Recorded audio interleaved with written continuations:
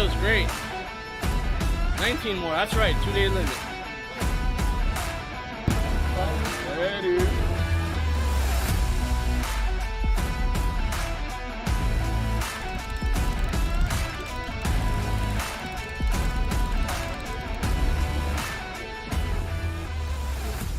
The red snapper. Wait, let me go kiss. Give him a kiss See you there. next year. We got a venting tool and we knocked one scale away and get the air out of him. And then another.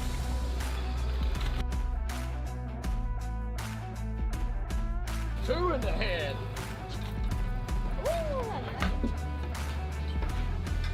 Both on.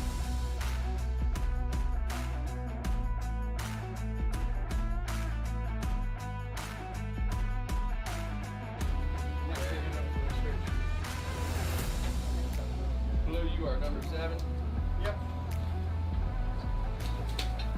Oh yeah, another one. Nice to dust. Hey guys, Captain Brian here with Hubbard's Marina. We're out on this 39-hour trip. Right now we're fishing 190 feet of water, parked on this wreck, trying to catch some amberjacks. Amberjack season is still open. And we made 7 stops last night.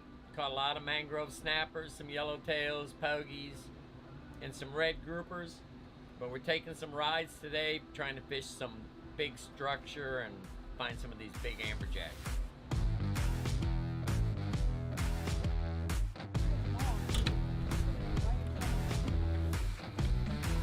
See for the mangrove.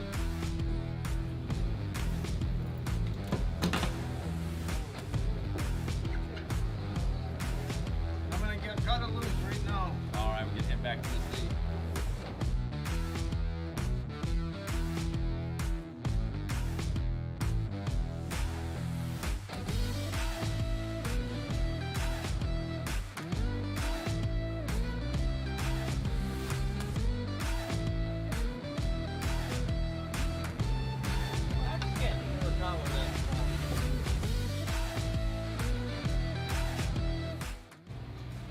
Now some fish have inside of them what we call a night crawler.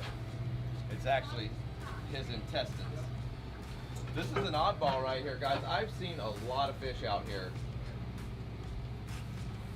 Almost every single fish out here, and I have not seen that. I can honestly say I've not seen that fish before, and he's probably not going to survive because this is his entrails. So we're going to leave him here and try to identify him. Yeah, the mouth, that is a very odd fish. We may have a new species.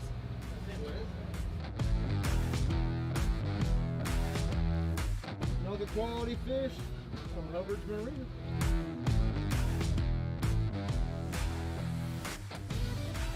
Little red grouper before we leave. You in the pot? Right there's your winning one right there. Think so? Yep. So far, let's see. Well, we're wrapping it up here. Last spot of the day. We like to end it with a bang, but this spot, the fish have stopped biting, and we're soaking it out, trying to get a few fish here at the end. But all in all, a really good trip. Lots and lots of bottom fish. I would say 300 plus mangrove snappers, 30 red groupers, and there's one of them there. 3 tunas, a couple of African pompanos. We haven't seen those in a while. We went out deep to try to get some amberjacks, and the amberjacks didn't cooperate today. The snappers are loving this weather, but the jacks are not loving this weather. But all in all, excellent catch, great quality fish, and we'll pull them all out in the morning and have a big pile of them back there for everybody to get a picture of and pass them all out, fillet them, and send everybody home.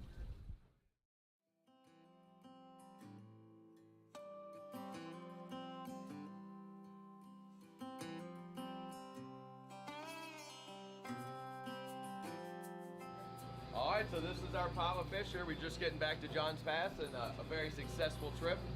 Got a couple of African pompanos in there, 3 tunas, lots of grouper, lots of snapper. Overall, a fish catching trip. We got a happy crowd of guys out here and great weather. Go to do it again one day, real soon.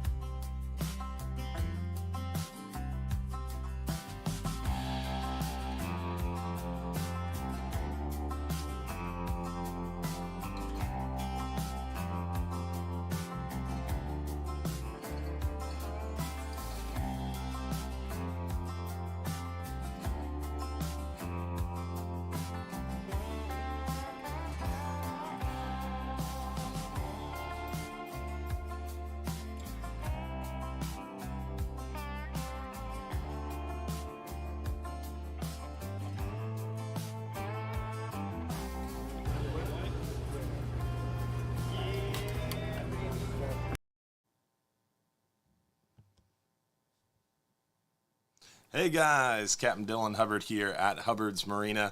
Hopefully you enjoyed that little intro. So our good friends over at Simply Affordable Marketing made that cool video for us, and we're going to be doing more of those videos with them. So stay tuned for more great stuff coming from us here at Hubbard's Marina. Got lots of exciting stuff to talk about. It is Sunday night. It's time for our live stream show. Every Sunday night, right here in Hubbard's Marina Studios, we do our live stream show. Got a great show lined up for you. We're going to be giving away over $700 in free fishing trips. We're going to be talking about the weather and what's coming up, what to look for. We're going to be talking about what we're catching, what we plan to catch, and all things fishing, answering your questions live, and much, much more. Plus, we've got some big announcements tonight, too. So sit back, relax, and grab a drink. It's time for the Sunday night show, y'all. So first things first, want to get the show kicked off by telling you guys one of the pieces of big news, and that is the Kingfish are back in town. The Kings are back in town, and we started catching the Kingfish on our 5-hour half day. Yeah, I think it was Friday was our first big Kingfish. Oh, no, it was Saturday, excuse me. Saturday morning, I was heading home from the radio show, the Real Animals radio show on 970 WFLA every Saturday morning from 6 a.m. to 8 a.m. I was heading home from the studio and got a text message from Dusty and Smokey. They had just landed their first Kingfish of this fall run. And plus, today, on the morning half day, one of our Hubbard's Marina supporters went out there. He hooked another 2 Kingfish and a couple mackerel on the 5-hour half day today. So Kingfish are here, mackerel are here thick, and this week, during the work week, weather is gorgeous. Fishing is going really well, and it's a great opportunity to come out and join us on those 5-hour half days with light loads. I think last time I looked, tomorrow had about 30 people on it. The rest of the week was like 20, 25 people or less.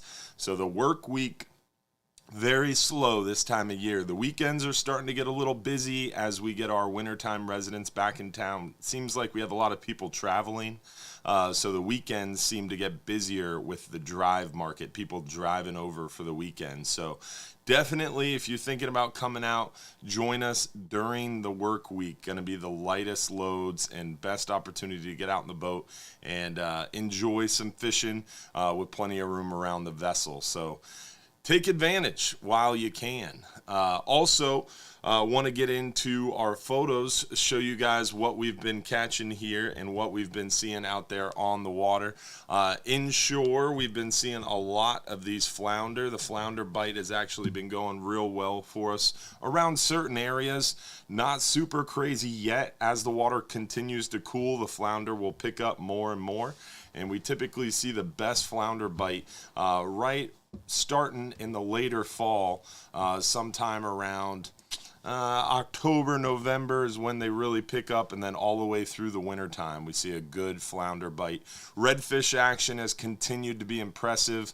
Not normally this great in August, but definitely seeing a great redfish action in the past at night around dock lights, bridge lights. During the day, we're seeing plenty of redfish around the flats, especially early morning, just before and around sunrise has been best. During the day, you can still get them, but you have to work a little harder to find them. And they're definitely schooled up, but those schools are few and far between, kind of spread out and sporadic. Look for mullet action on the flats. That's where you're finding those redfish and seeing the most action on those guys. Sheep's head are picking up. We're going to see more and more sheep's head as the water cools. Snook action has been incredible. At night, they're stacked up in the passes around bridge lights, dock lights. During the day, around the grass flats, mangrove shorelines. Excuse me, even the dock lines still holding plenty of snook during the day as well. Still have a little bit of red tide inshore, so it's a little hit and miss, but definitely doing well overall. Triple tail are all over the bay and around the beaches. Great time to hunt those triple tail, floating debris, markers, all great options to find those triple tail.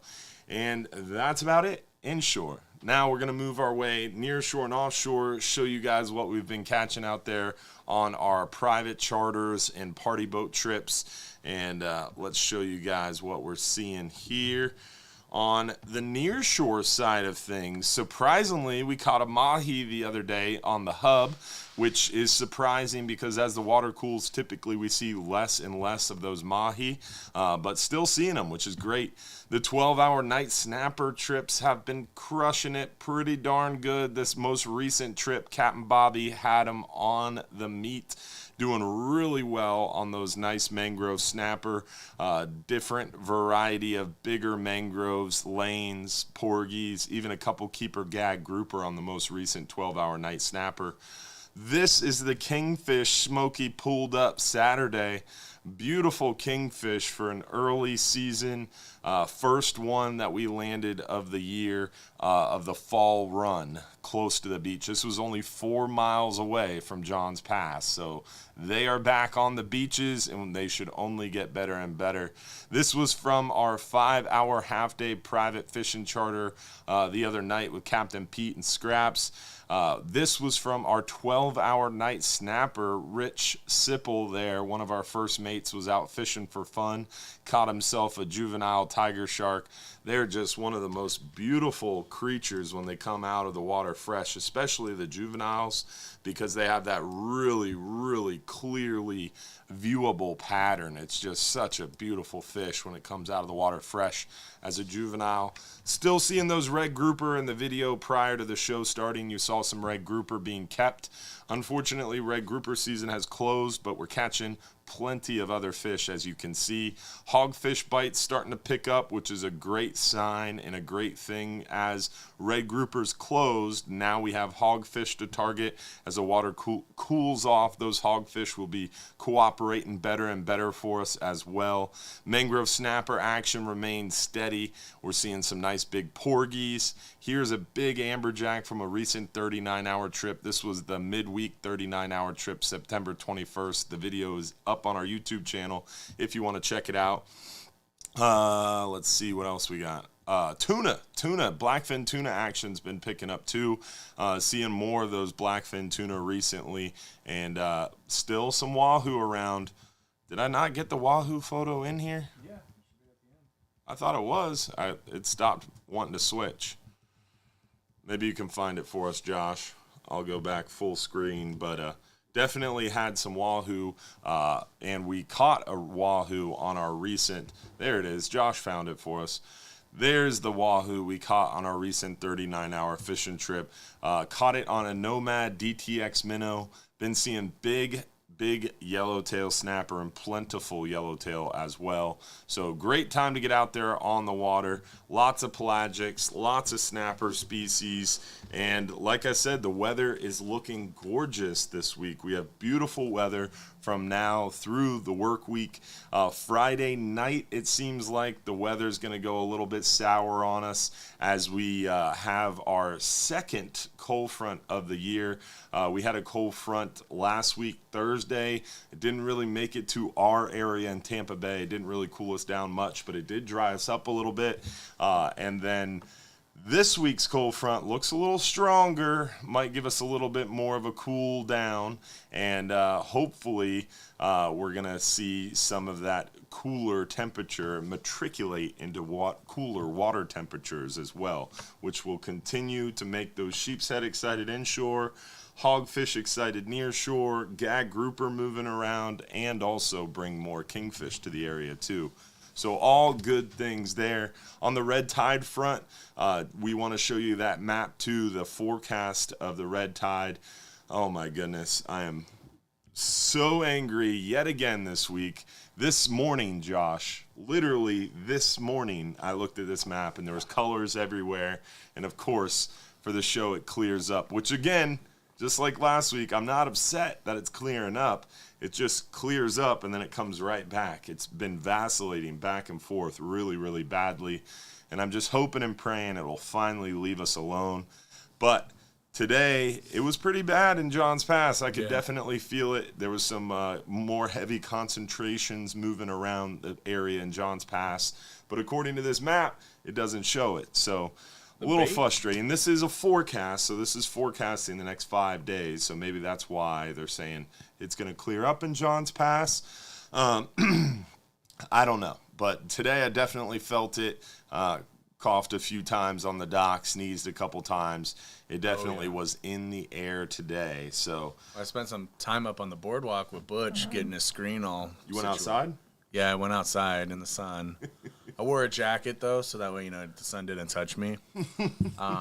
So I went up to help Butch, but I could definitely tell that there was some red tide. I mean, the bait was in the water. There was people on the dock not catching anything up and down the. And they did catch some snook today before This that morning. tide changed. Yeah. So the fish are in the pass. It's not so concentrated to where we're seeing large-scale fish kills. It's just extremely difficult to keep pinfish alive at the dock and extremely difficult to catch the pinfish in large numbers. So we're still not doing live bait. I'm hoping and praying October 1st that will change for us and we'll be able to go after those pinfish once again. Jason Richmond, appreciate those stars, buddy. Thanks for getting us kicked off. If anybody else has sent stars during the show tonight, I apologize if I missed them. We changed the studio around a little bit, so I'm a little closer to the screens. I like it. It makes it easier to read your comments and interact with you guys even more.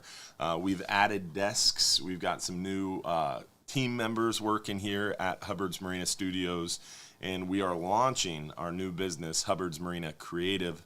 And Josh and our new team member Jared and potentially more will be taking care of clients, building out websites, doing SEO, digital marketing, and all that good stuff right here from Hubbard's Marina Studios. So we're excited about that. Adam Franklin, Barry Long, appreciate you guys. Thanks for the stars, guys. Also, besides the Kingfish, the other big news is the incredible snapper bite. We've been doing really well on those mangrove snapper yellowtails. The online store is still incredible. We've got these new hats in from Salinity. Got them up on our online store. Love them. Yeah, they're really cool new hats, man. I like them all. I got to get a haircut, though, because the hat doesn't fit. You really do need a haircut. Don't You tell look me like a what I homeless need. person. Wow.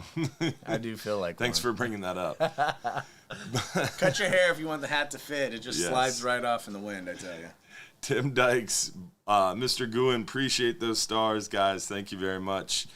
Let's see here. Also, we've got some events coming up. Want to get into the events real quick. October 9th, we have the CCA Star Banquet. If you're part of the CCA Star Tournament, Saturday, October 9th is that awards banquet at the Plantation on Crystal River. That's going to be pretty cool. Hope to make it out for that. Wednesday, October 13th, there's going to be the Fat Cat Tavern Fishing Club. That's a lot of fun. The Fat Cat Tavern Fishing Club's over on Ulmerton in Seminole. Kind of centrally located, not too far from 19. Easy to get to if you're around Pinellas County. Not too far if you're in Tampa. So that one's going to be a cool event. That's open to the public. It's the Fat Cat Fishing Club at Fat Cat Tavern on Ulmerton Road. That's Wednesday night, October 13th. The meeting starts at 6. My seminar will start at 7. That'll be a good time. And we'll be streaming that live on Facebook and YouTube if their internet conditions allow. So that's kind of an if. Worst case scenario, I'll film it and we'll have it posted to our Facebook and YouTube post-event. Also, Saturday, October 23rd from 10 a.m. to 2 p.m., we have the Tampa Bay Fishing Club cleanup. That's going to happen at the Gandy Bridge, and the Tampa Bay Fishing Club event is October 13th from 10 a.m. to 2 p.m., and we're going to be giving away free fishing trips at that event. If you come out and pick up trash, help clean up the area and the community, we're going to be donating some trips for you to win too. So great time to meet fellow fishing friends and have some fun and clean up the area. October 26th, we have our Real Animals Fishing Conversation at Furman, Newport Richey. That's October 26th, Tuesday, October 26th. That's going to be a good time. I will not be at that event. I'll be in Orange Beach, Alabama at a National Marine Fisheries meeting. But Captain Mike will be there, and he's going to have some sort of great guest. He always does a good job wrangling up someone cool to speak with you guys. So definitely highly recommend that event. And then lastly, November 11th, we've got the Pinella's CCA banquet. That's going to have raffles, silent auctions, an open bar, steak dinner, and you can enter a raffle to sit at the table with me and not only get a steak dinner, but a lobster dinner, steak and lobster, and open bar, and you get a chance to win firearms. It's like a dream come true. It's going to be awesome. I always have a lot of fun at those CCA banquets. That's Thursday night, November 11th. Make sure you join us for that. You can get the information from CCA Florida, and you can always just drop me a message, and I'll send you the phone number. We have the posters on our counter at the marina, too. You can see it right there between register 2 and 3 on the face of the counter. Let's see what else we got. Don't forget to follow us, Twitter, Snapchat, TikTok. Those are our new social media channels. We've got Facebook, Instagram, YouTube still as well, of course, but definitely check out Twitter, Snapchat, and TikTok. All right.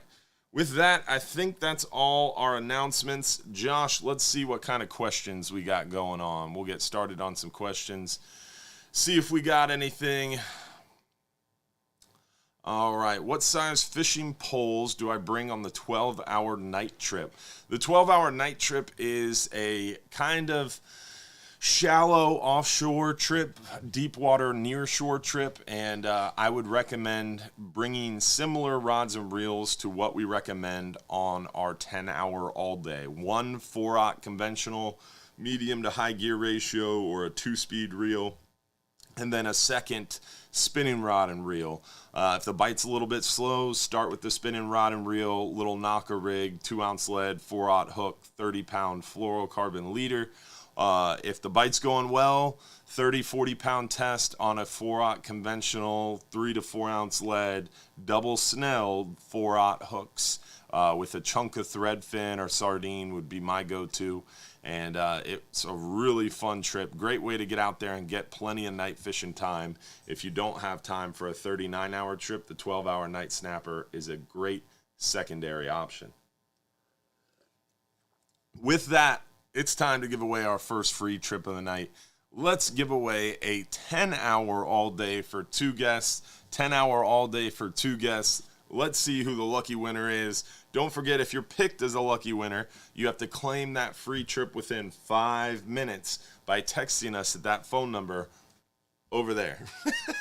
727-393-1947. You got to text us at that phone number, your full home address. Robert Holzhauser, congratulations, man. Vero Beach, Florida, you are the lucky winner of that 10-hour all day for 2 guests. Make sure to claim it quickly by texting us at that phone number within 5 minutes to claim your free trip. All right, let's see what other questions we got going on here. Hey, is that great looking Daiwa reel on your desk part of the new giveaway? No, this is just a showpiece. It's just one of the reels that we sell in the shop. This one's not being given away. It is pricey. It is pricey. We'll probably do one of these given away around Christmas time. That sounds like a good idea. We just came up with that off the top of my head. We'll probably do some more special giveaways around Christmas time, around Thanksgiving. I feel all warm and fuzzy in the holiday season, so we'll do some special giveaways in that time of the year. But nope, for now, it's just a talking piece. We do sell this beautiful Daiwa Saltiga LD50 on our online store. We'll ship it right to your house. It's a great reel. Check it out. And we also have it on our online store and in our shop, so you can pick it up prior to your trip. What?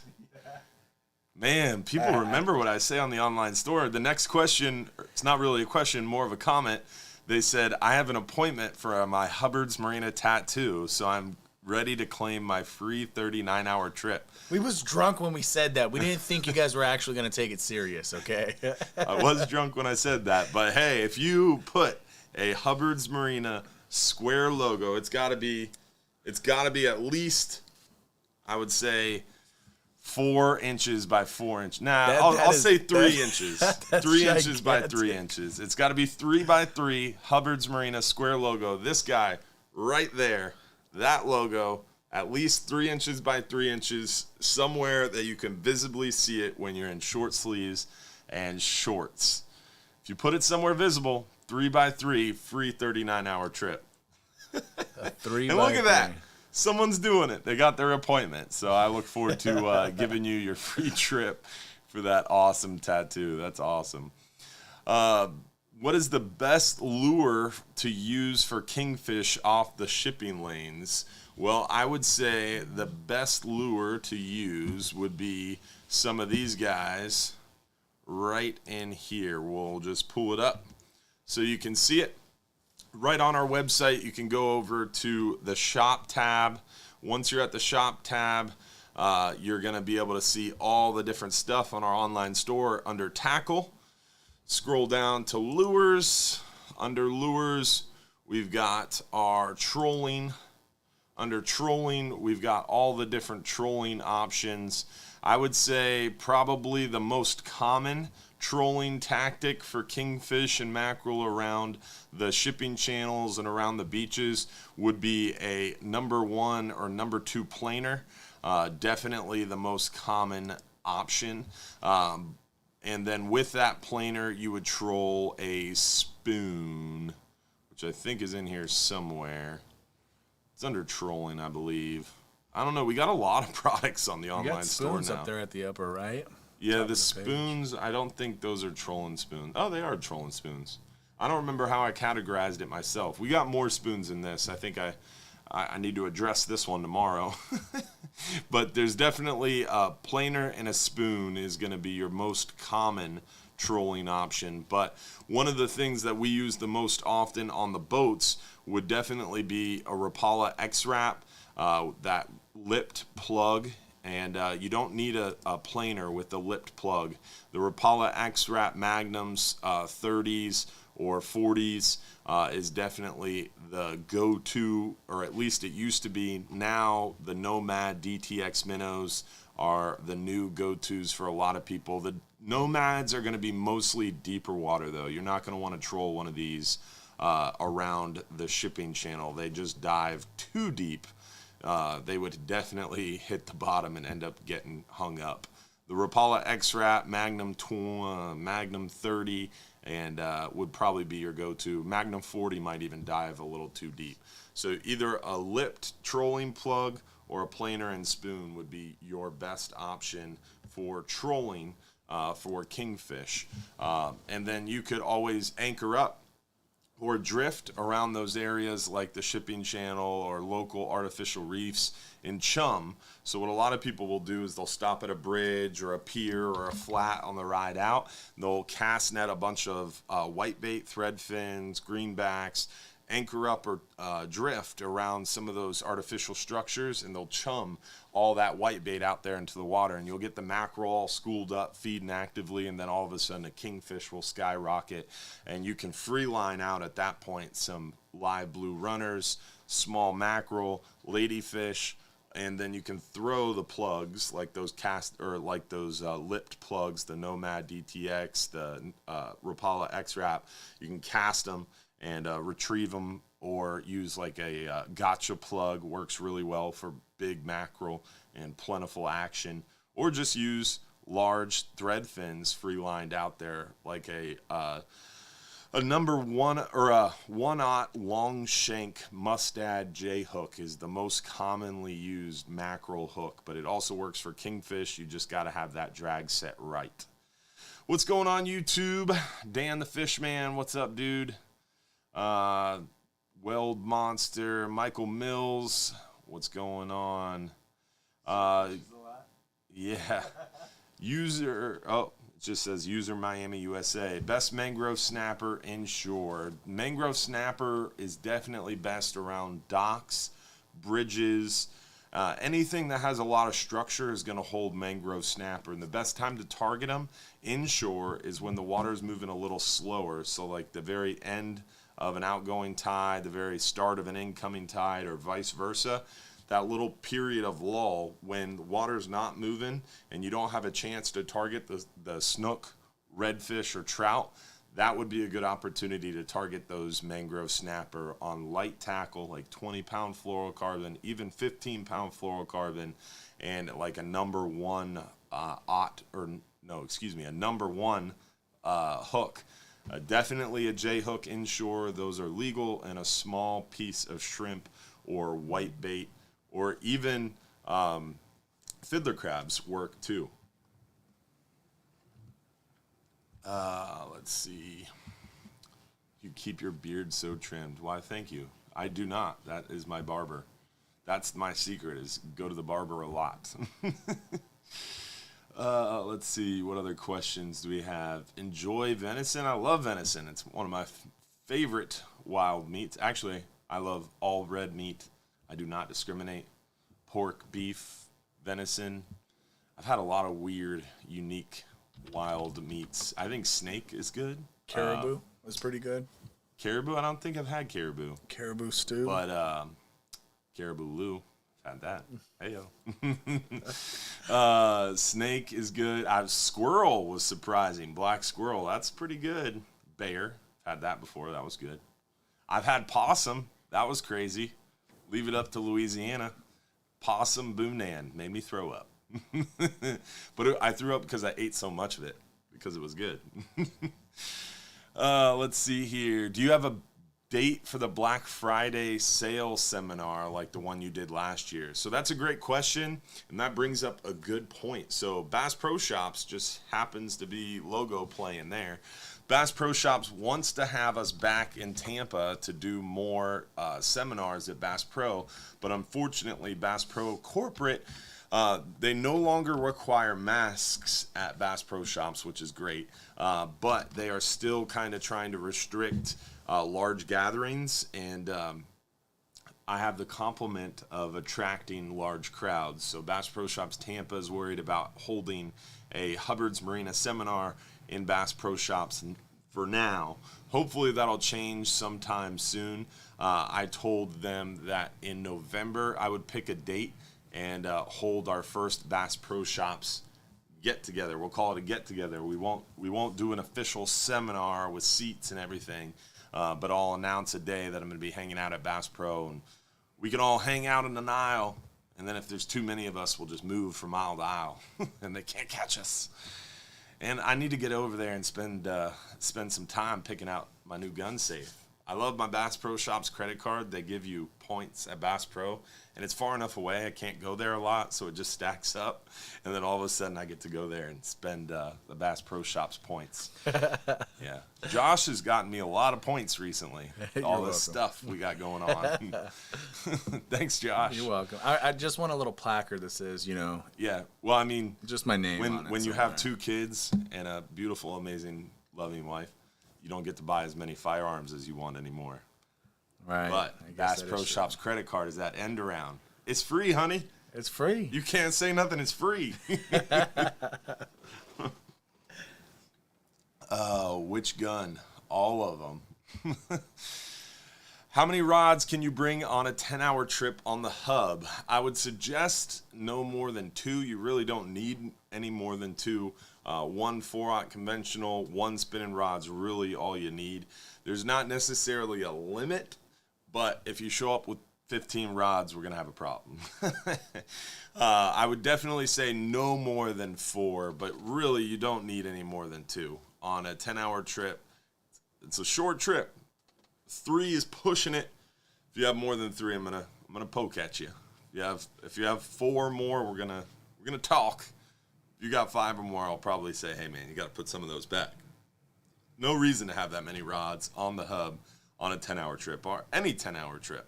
I mean, it's just such a short amount of fishing time, 6-7 hours. You don't need more than 2-3 rods at most. Like I said, just a solid conventional and a spinning rod's all you need. Can you use the gotcha plug for trolling? I would not recommend it. It doesn't troll well, let me tell you. But our partner, Mike Anderson, is on the phone.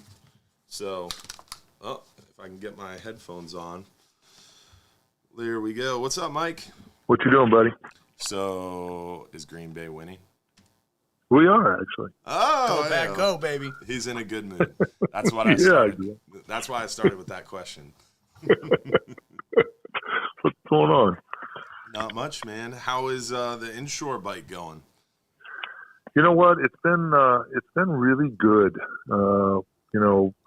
August probably one of the best Augusts I've ever seen. September been really solid. It seems like the snook are in transition. We got a lot of big fish kind of moving now. Kind of staging to head for the back. They sense right away that these days are getting shorter.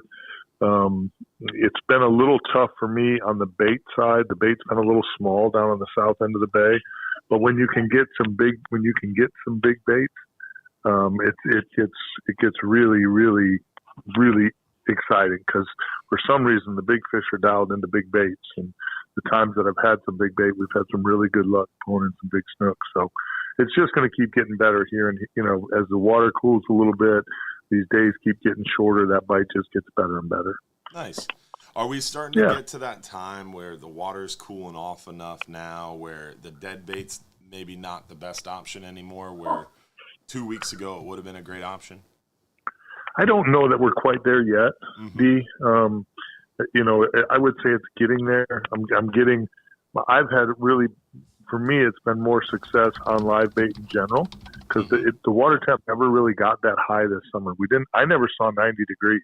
Yeah. 88's as high as I saw, which is really, it's high. Obviously it's warm, but it's not, it's not crazy high. So, I never really went the dead bait route. I kind of stayed live bait all summer and it worked out okay.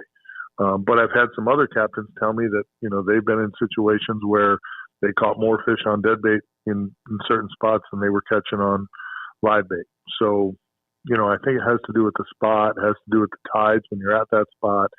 I mean, as well as anybody being, an offshore guru, there's all kinds of variables that go into every spot, every drop for you guys. Yeah. The current, there's a lot that goes into it. I tell people all the time, don't be afraid. If there's 2 or 3 of you fishing on a boat or 2 or 3 of you wade fishing a flat, make sure you're either all throwing a different artificial or you're all fishing kind of a different way. Maybe one of you uses shrimp, maybe one of you uses the live bait, maybe one of you uses the cut bait, and figure out what they want and then, attack it from there. That's a good idea. Yeah. Approach different ways and then see what works best. For sure. Years and years I fished the Redfish Tournament Trail, probably, almost 10 years. And it was always a partner series for me. And me and my partner never started the morning throwing the same bait. We might have been the same paddle tail, but maybe different colors. Or maybe one of us is throwing a top water and one of us is throwing a jerk bait or one of us is throwing a jig. And you just try to figure out what that morning is. And sometimes just because you caught them on one thing the day before doesn't mean that's going to translate to the next day. Even it can in the change. Same spot. Even in the same spot. It could be a different bite altogether.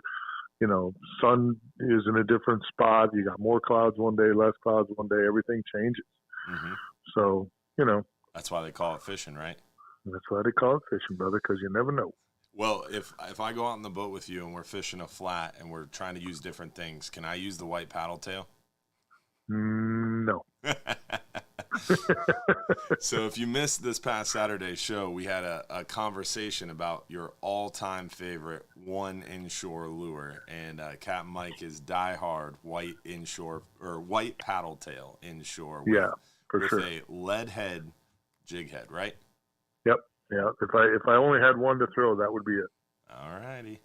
But I'm pretty happy that I don't. I have multiple, so that's good. Yes, and what about cobia? We had somebody ask in the comments about cobia. Are you seeing any cobia around? I have not personally, but I don't spend a lot of time looking for them. Yeah. Some of the guys that have been triple tail fishing have seen some cobia, but I wouldn't say it's like crazy yet. I think we're in that stage right now where it's going to get a little better when it gets a little cooler. You'll get a really big push up there towards the Big Bend Power Plant over there towards Apollo Beach. That's a great spot to go look for them. The cans, the markers, if you're running up the shipping channel headed towards downtown, and what I tell people is, you get a lot of guys. I tell them, yep, there's been some cobia around, and then they text me back or DM me and say, hey, I went and looked at a bunch of markers and never saw a cobia. And I'm like, well, did you fish the marker? Yeah. Because they're not always on this. Yeah, you don't always see them. So, sometimes we get too dialed into sight fishing. Yeah. You don't, fish a spot. You don't always have to see the fish. Sometimes you just got to fish a pothole. Maybe you're not seeing belly rolls from the redfish. Fish the pothole. They might just be in there chilling. You just don't know. So, I would tell people that, be on the lookout, especially if you're going to go triple tail fishing, because you never know when a cobia is going to show up, especially between now and December. I would say any time here, we could get a really big push of fish. There's been some around, but I think a big push is coming. Nice. All right. Yeah. What would you say is your peak flounder time? Someone asked about flounder earlier, and to me, we start to see them now, but they're kind of all winter, right? Yeah. It's really good in the wintertime. I'll tell you, when I probably catch more flounder in June, July, and August than I do any other time of the year. And usually it doesn't really start till late June, but I catch them in about 40 feet of water when I'm snapper fishing. That's true. Off the side of the hard bottoms where we see the big boys for sure. Yeah, that's when I catch the most flounder, because I don't target them much. They're just kind of a bycatch for us. So, I've got certain spots where there's good moving water. The bottom's nice and firm where, I could say, if I had to go catch a flounder, I would go here, I would go there, I would hit these spots in particular. But, if I told you, hey, I really want to try to catch flounder, I would tell you to book one of those snapper trips and we'll go snapper fishing. Probably pick up a flounder or two. One of my favorite baits or setups for them is a mud minnow on the side of one of those inshore artificial reefs that time of year when they're spawning out there on the backside of their spawn on that soft bottom right adjacent to one of those artificials. Mud minnow, just a fish finder rig. That's kind of my go-to, but question from one of the viewers is, what's the best setup for flounder in your opinion? Well, and again, it depends on, I've caught thousands of flounder probably in my time on the water here on just a jig. But what you have to do is you have to work that jig really slow. Obviously, flounder are on the bottom. That's where their camouflage sets them up to be, the best predator. So they're going to sit on the bottom. And a lot of times guys are too busy. They're too fast with their lure, and that jig head never gets to the bottom. If you're patient and you're really slowly working those baits and methodical with it, it's hard to beat a jig. It really is, but that jig's got to touch the bottom. But if we're rolling into my thought about, late June, July, and August when I'm snapper fishing, then it's going to be a knocker rig for me. Yeah. Because I usually knocker rig fish the shipping channel a lot in Tampa Bay, snapper fishing, and that's the rig that I catch all those big flounder on. Yeah, that's a great option, especially with live bait as it separates from that egg sinker. Looks super natural there on the bottom. But to your point about jigs, I'll never forget what I think it was Rick Gross said on the show this past Saturday. Is he kind of misunderstood our question. He just said, I would choose a jig because you can make it do whatever you want. And to that paddle tail point is, you could work it back with a fast retrieve and catch a mackerel. You could slow it down and catch a snook, redfish, trout. You could slow it way down and crawl the bottom for flounder.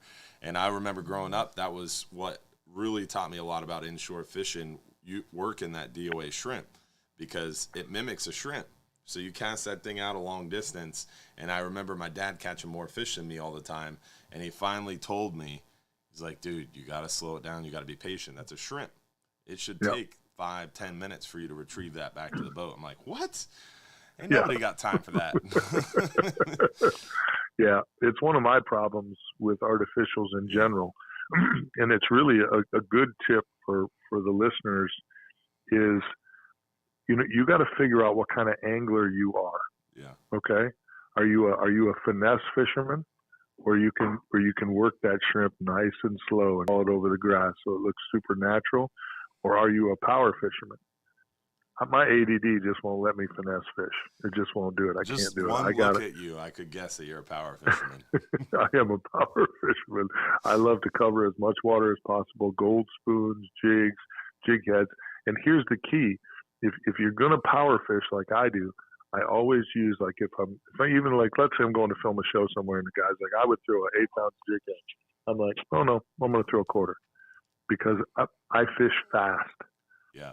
But that strike zone is usually, if you're fishing over grass flats, that strike zone is usually that first 8 inches or so above the grass. Yeah. So you have to be able to stay in that strike zone if you want to catch fish. And because I'll get to daydreaming and, fiddle farting around, the next thing you know, I'm bringing my bait in way too fast and I'm taking it out of the strike zone. So I'm shooting myself in the foot. So I know that about myself. So I tend to, go with a little heavier jig head to make sure I stay in that zone as long and as much as possible. And that will help your catch rate. But again, you got to figure out what type of fisherman you are. What are you really? And some people are blessed. There's some great guys. C.A. Richardson. There's some guys that can power fish. They can finesse fish. They can do a lot of different things, and they're really good at it. I can do it, but it's not my forte. I'm a much better. If I could draw it up and fish redfish tournaments with a partner, I need a finesse guy, because I need somebody to finesse fish. Walk the dog, top waters, do all that. Let me just power fish and cover water. And that's just what I like to do. But that's the game. Covering a lot of area, working a lot of flats, finding those fish. Cover some water. I mean, it's really, it's not that difficult. We make it harder sometimes than it really is, but that's the deal. If you want to catch fish, you gotta find the bait. Make sure you're on flats with a lot of mullet. Make sure you're seeing birds. Make sure you're seeing life, pinfish, something going on in that flat where I used to say all the time that they don't build a neighborhood.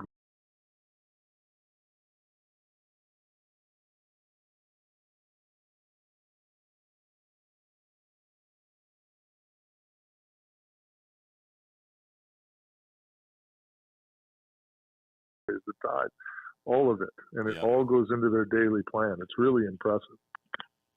That's definitely a key to it, paying attention to all those variables. There's so many things that go into it. And I have a lot of people asking me all the time, like, oh, full moon better, this moon better. And it's like, well, that's only one of 20 variables. Right. So it's just, there's so much that goes into it. And that's an important point to make for sure. But I don't want to hold you up. I know why we love it. Yeah, exactly. And I know you got the Packers on TV there, so I don't want to hold you up. I appreciate you calling, though. Do you have anything else you want to add? No, my friend. I just I was actually catching some of the show there on the Facebook feed. There, it looks really good. You got a great looking set, and I hope everybody is enjoying the radio shows as much as I've been enjoying having you join me. I think you've been just a great add to what we're doing, and for all those listeners out there, there's a lot of great stuff coming. Dylan's got an incredible vision, which is going to be a great addition to Saturday mornings, and I'm looking forward to the future of Real Animals Radio. It's going to be fun. Me too, brother. We're going to grow this thing together. Amen. I'm looking forward to it, my friend. Keep up the good work, and wish me luck. I leave for Louisiana tomorrow morning at 6. I will be living vicariously through you, man. Tight lines. I'll send you some pictures, brother. Please don't. Have a good night, my friend. Appreciate you. See you, Mike. Tell Beth I said hello. I'll do it, brother. Bye. See you. Oh, that was nice of him to take time out of his football Sunday night. Mike's a big football guy, so to have him call us during a Packers game, that's something. Josh, can we try closing some tabs? Maybe that'll help the situation. It's the fact that there is lightning cracking right outside. I can see on this camera lightning here. We're inside. We're in a cavern. Good news. I did talk to Forrest Tuesday. Our fiber internet gets installed? Fiber internet gets installed on Tuesday. Paid a lot of money for that. Yes. So hopefully that'll help these internet issues that we have very occasionally. Oh, yeah. It's raining. It's raining hard. Yeah. Shh. I don't know if I rolled up my window. Well, you can go check. Only fools and tourists leave their windows open in Florida. And that's not a bad thing on tourism, because I love you guys. But that's the saying among locals here in the state of Florida. Oh, we good. Good. Definitely a great call there, and some good information. If you missed it, if it was cutting out on you, you can always go back after the show airs, and you'll be able to rewatch it. A lot of times those cutouts are kind of due to live streaming, and then once the video finishes, a lot of those cutouts will kind of smooth out, so you'll be able to hear it. But that was Captain Mike Anderson from The Real Animals. Definitely very knowledgeable guy when it comes to inshore fishing and a lot of stuff. He's been doing the radio now for almost 20 years, and he has a wealth of knowledge from all his callers and people he works with. And I'm honored to be a part of the Real Animals radio show on Saturday mornings, WFLA, 6 to 8 a.m. Hopefully you can call in and join us. And we stream the radio shows live right here on the Hubbard's Marina Facebook, the Real Animals Facebook. And during the show, when it's live, I monitor the Real Animals page. So if you want to chat back and forth, join the Real Animals stream on the Real Animals Facebook page. And if you haven't yet, look at the Real Animals Facebook page and make sure you like it. Trying to get their follower numbers up and their engagement up so we can do a few more cool things. So definitely working on it. Going to be cool. Josh, I think if you got a minute, it is time for our next live giveaway. We're going to give away our, let's do a 39-hour trip for one guest. 39-hour trip for one guest. Let's see who the lucky winner is. We still got more trips to give away, too, and more of the show. We'll see who's diehard and who's not, because after we give away the 39-hour, if you drop off, then we know you were just here for the free stuff. So we saved all the cool stuff for the end once you drop off, just so you know.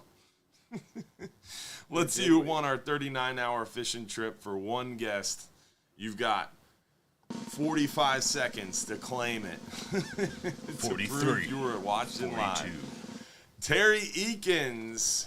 Sup, Captain D. Congrats, Terry Eakins. You are the lucky winner of that 39-hour fishing trip. Make sure you...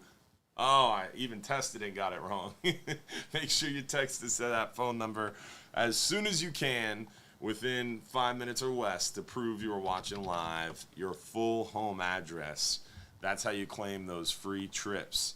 Estelle Wolfman, you are definitely diehard. She's on vacation right now. She just won a bunch of money at a casino. She's living it up in Arizona. Hopefully she's drunk, because if I won a bunch of money at a casino, I'd be drunk. Well, depending on how much money. Hard Rock Casino, man, when I win I better money, have a room.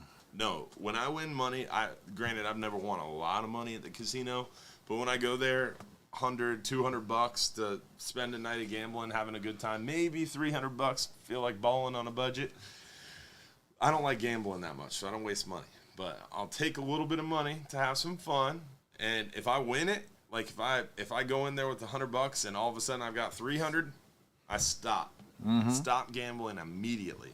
I go to Council Oak, spend all of it. Steak, lobster, whiskey. Hey, I mean, that's free money, though. You know? Dude, it's so much fun. And think so about it. fun. If you fed it back into the machine and lost it, you'd go home upset. Yeah. You know, this way you get good food, great drinks. Yeah, exactly. It's a win-win. Yeah. Kevin DeGraff said, what's your diet plan? Caffeine, nicotine, alcohol. And meat.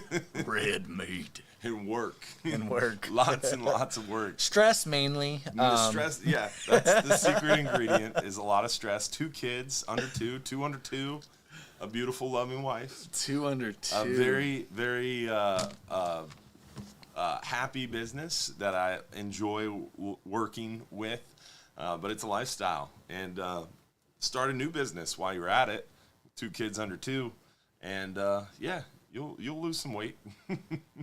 You'll get some gray hair. That's why I started wearing hats a lot more now. It looks like I'm bald right there. That's just a gray Not spot. so bad. Now that we're closer. It's white now, Josh. It's not even gray. It's white. But it's a hair. different color white. You know, it's not like your forehead white. It's not cool. You know? It's not cool. I'm like salt and pepper.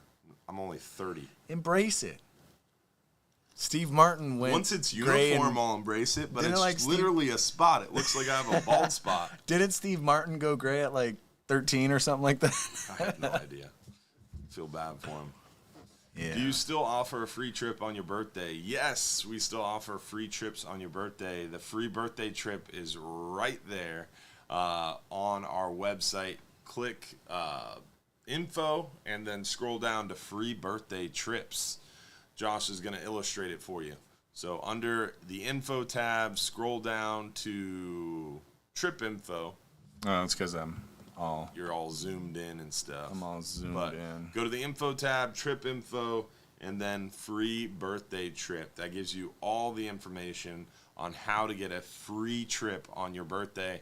It's a free trip on a 5 or 10 hour trip. If you take a 12, 39, or 44-hour trip, it's a 10-hour trip value off that trip. Your actual birthday has to coincide with the trip. If your trip's on a Wednesday, you can't do a 10-hour trip for free for your birthday because Tuesday, Thursday, Sunday are 10-hour trips. If your birthday's on a Wednesday and you want to do a 39-hour trip that leaves Tuesday, that would count. If your birthday's on a Friday and you want to do a 39-hour trip, that would count. If your birthday's on a Sunday and you want to do a Friday 39-hour, that would count because you're technically coming back in Sunday. We try to be as flexible as possible, but it must be your actual birthday, must have a photo ID, must have someone going with you, pays normal rate. And it's not flexible. It's free. Take a free trip. If the trip you want isn't available on your birthday, take another trip. It's free. There are some stipulations. Yeah, there are some stipulations. It's all listed on the website. Your leg may fall off. Josh posted it. It's there. Check it out. Or I'll actually post the link so you guys can just click on it and read it. Share the link. There you go. Post it. What about Christmas Day? We're closed 3 days a year. We're open 362 days a year. We're closed Easter, Thanksgiving, Christmas. Don't call me. Don't text me. I won't answer. Christmas, Thanksgiving, Easter. Only 3 days out of the year we are closed. Every other day, every holiday, Hubbard's Marina is open. Well, I think we know who doesn't need a tattoo anymore. Uh-oh. Son of a sailor. The person who said they were going to get a Hubbard's Marina tattoo for a free 39-hour trip won the 39-hour trip. That's crazy. Yeah. You know what? That stinks. You still Now need we're to not get the going to have tattoo. somebody with that tattoo. You still need to get the tattoo. Stipulation. That's hilarious. I know somebody that'll hook you up. We're going to tie you down on that 39-hour and give you that tattoo. Let's see. What other questions do we have here? Did I get to all my announcements? I think so. If you find a question, Josh, let me know. What is the preferred color for Wahoo with the DTX Minnow? Will they still be around Halloween 39-hour trip? So we see Wahoo a lot, almost all year round. Some of the biggest ones that we've caught have been in the cooler months, October, November, December, January, February. One of the biggest Wahoo that we've ever caught was in January. But we've caught big ones in June and July. So there's really no,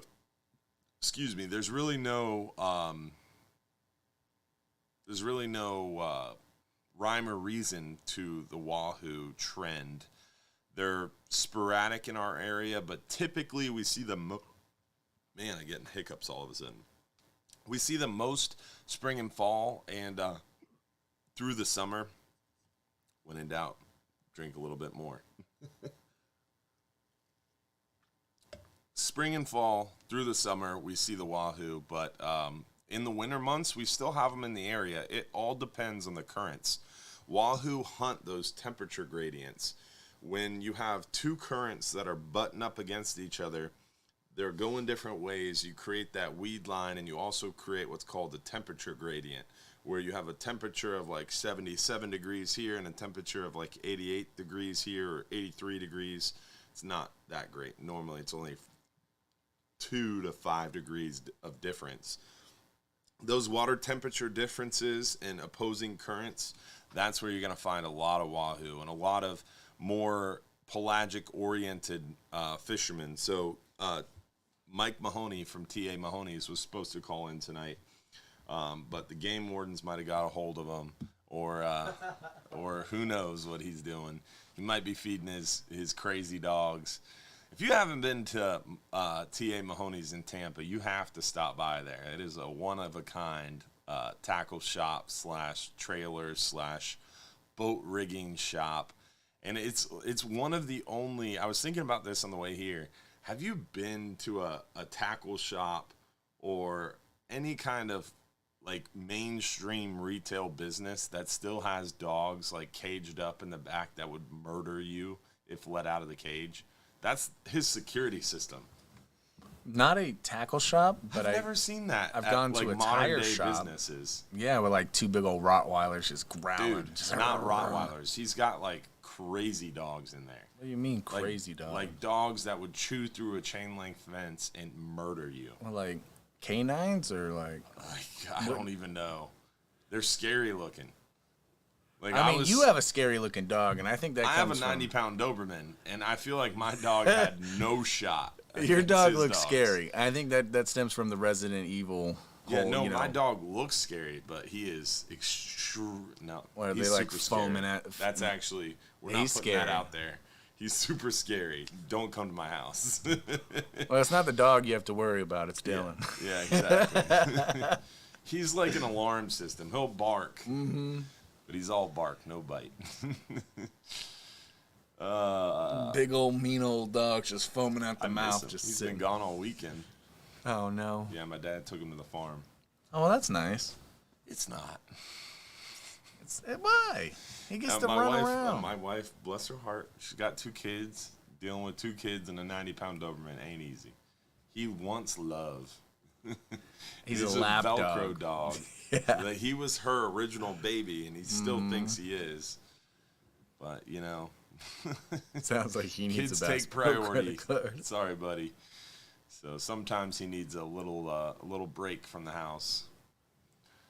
We're Let's talking see. full Cujo.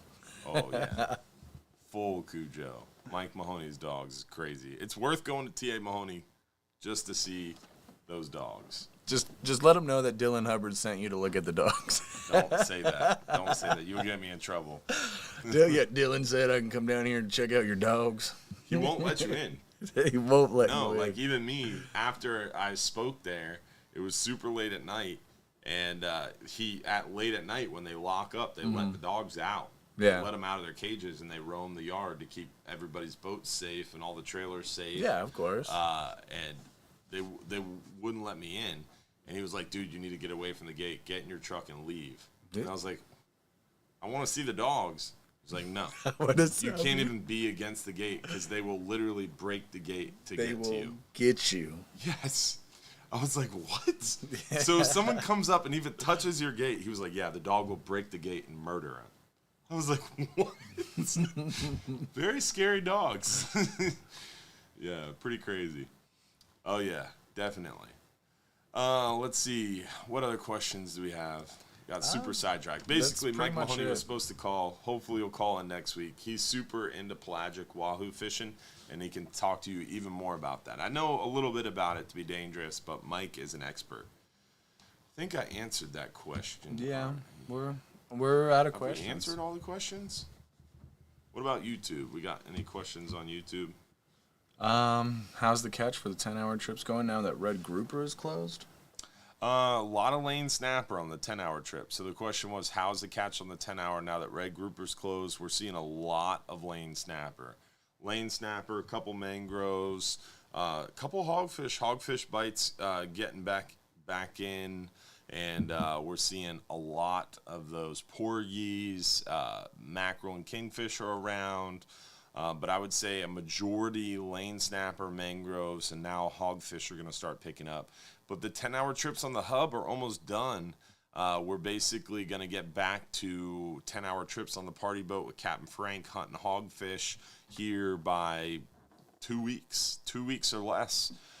We have absolutely huge groundbreaking news coming to the Gulf of Mexico. Monster tremendous, legendary, crazy. And you can only find it right here on Hubbard's Marina. No, you're going to find it everywhere. Everybody's going to be talking about this. It's not just Hubbard's Marina related. It's related to the Gulf. It's related to fisheries. And it's related... No, can't go further. Josh doesn't even know what I'm talking about. I have no idea, so don't even ask me, first of all. Stay tuned. Stay tuned, baby. You'll hear it here first. Guarantee you that. But I got in trouble. I almost got someone fired about the red grouper closure. Uh-oh. Yeah. Someone told me about the red grouper closure early. Like, got some insider information. I was like, all right, cool. Obviously, you're telling me this because you want me to share it. So I told everybody. Obviously not. Nope. They're like, there was literally a meeting and a special memo circulated inside NOAA's regional office about Hubbard's Marina and their videos, which I feel super honored about. I mean, apparently someone's watching. But obviously. yeah, the CIRO's regional office started getting flooded with calls about red grouper closing from like Marine Patrol officers and FWC guys. Like, I haven't heard about this. Why are they talking about red grouper closing when we weren't told it's closing? And they're like, we were going to send that out next week. How'd you hear about it? And yeah, they sent the link to my video. My bad. Sorry. So I was trusted, after being scolded, I was trusted with some insider information again. And here we are getting ready to spill the beans again. Yeah, we won't say it. Tune in to the I'll supporters allude only to after it show. very closely. I'll allude to it. It's going to be huge, Tampa. You will not want to miss this news. Mike McKenna snitches. Maybe tune into the after show. Maybe the supporters after show. Maybe I'll have enough of this Buffalo Trace. Thanks, John Quigley. And maybe I might share. Who knows? Who knows? $4.99. You guys can find the link at the top of our Facebook page. You also get a free shirt. It's out of not it, so. in reference to Goliath grouper. I don't care about Goliath grouper. I've been trying for 10 years to get a Goliath grouper limited entry scientific season. We need dead fish to do a stock assessment. I'm sorry. You want to go hug some trees or hug a Goliath or kiss a Goliath? I don't care. You need at least 250 dead Goliaths on a scientific table to do an age and growth composition and study otoliths, study stomach contents, get fin rays, DNA sampling, and get a full breadth of data that's going to pass peer review, that's going to allow us to build a scientific model to assess the biomass of Goliath grouper. Only way to do that, dead fish. Say it again. Dead fish. Got to kill some Goliaths. And you got to turn this carcass into science. So, I don't know what FWC is thinking, but I've been saying for 10 years we should open a limited entry tag season on Goliaths. I never said it should be $500 a tag. That's a little steep. But if you're going to let us kill them, you got to make it mandatory the carcass comes back to the science. Yeah. So that way they can take the otolith out and study the fishery. We had a cooperative research permit for 2 years. For 2 years at Hubbard's Marina, we were allowed to take Goliath grouper out of the water, take fin ray samples, stomach contents, DNA sampling. We did a lot of research on Goliath groupers for 2 years. None of that information was valid because there wasn't an age and growth composition data chart. The only way to get that is killing Goliath grouper, taking the otolith out of their head, and studying that age and growth. Basically, at what age are they X or Y or Z size? The only way to do that, killing them fish. So we got to open some sort of season. And for 10 years, I've been preaching that. And every time they hold a meeting, people like CCA Florida, Guy Harvey literally came to the last meeting to say don't open Goliath grouper. A lot of charter captains, every dive charter in the history of ever came out and said don't open Goliath grouper. Super frustrating. I just want to kill like 250, 300 of them. And the entire state. just to study the biomass, get an age and growth composition data set that we can use to do a scientific assessment. Well, Not that much. These Goliath groupers, you know, they eat, what, a third of their body weight a day? Yes. You know, you got a 300, 400-pound fish, you know, they're eating 100 pounds of fish. But That's they only eat crustaceans. They only eat crustaceans? They don't eat Interesting. finfish, is what the scientists keep telling me.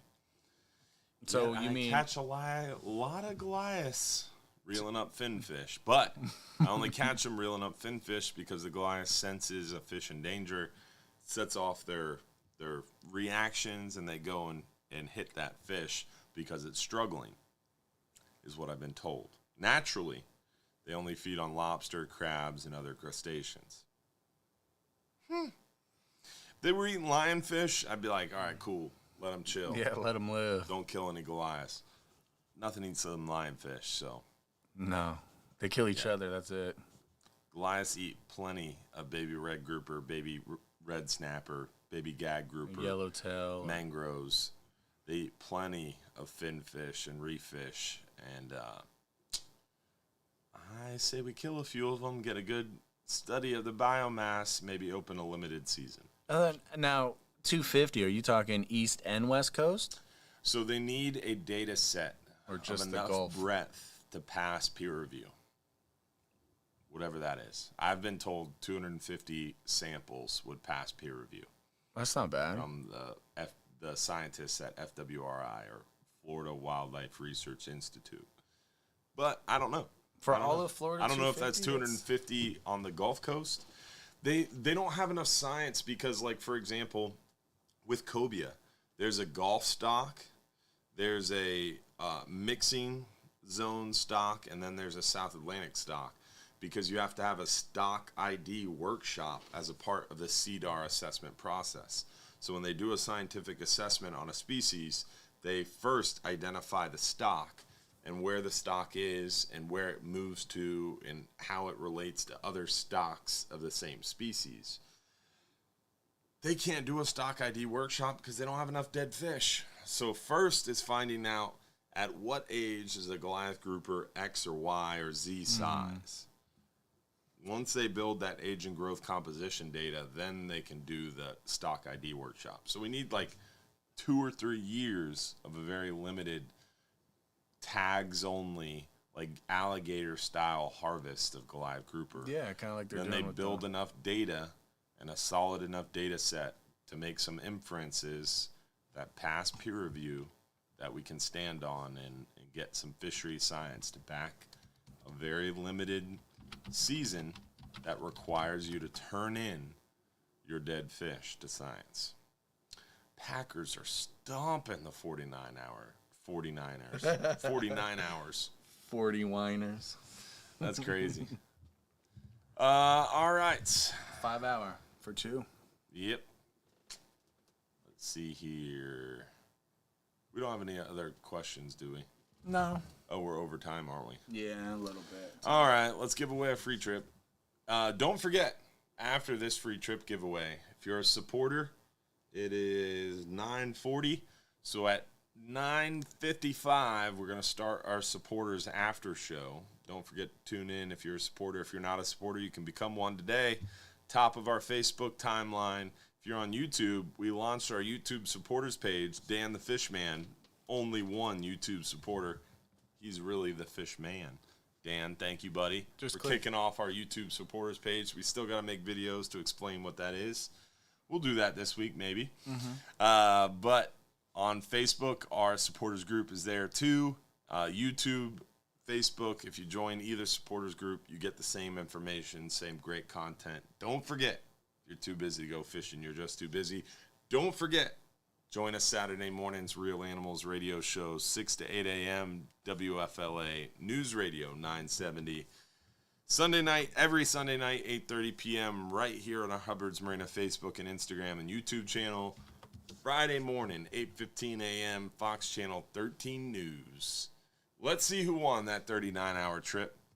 Josh. And while that's coming up, shout out to our sponsors, Yamaha Marine, our partner, Mike Anderson, Mike Mahoney at Real Animals, Ben Marshall as well, Real Animals Radio Show, Bass Pro Shops, Salt Strong, Salinity, Engel Coolers. Appreciate you guys, and congratulations, Bert Clark. You won our 5-hour half day for 2 guests. Congratulations, Bert. Claim that free trip by texting us at that phone number there in the bottom within about 5 minutes. If you're on our supporters page on YouTube or Facebook, make sure you join us for the supporters after show. Like I said, it'll start about 9:55. Don't forget, if you're too busy to go fishing, you're just too darn busy. Thanks for tuning in tonight, guys. Hopefully you enjoyed the show, our call-in guest, and all the great stuff we talked about tonight. Hopefully we'll see you on the boat this week. Beautiful weather Monday through Friday. And our first cold front coming Friday night. Kingfish are here. Hogfish is heating up. Gags are coming in. It's time to get on the water, folks. If you're too busy to go fishing, you're just too darn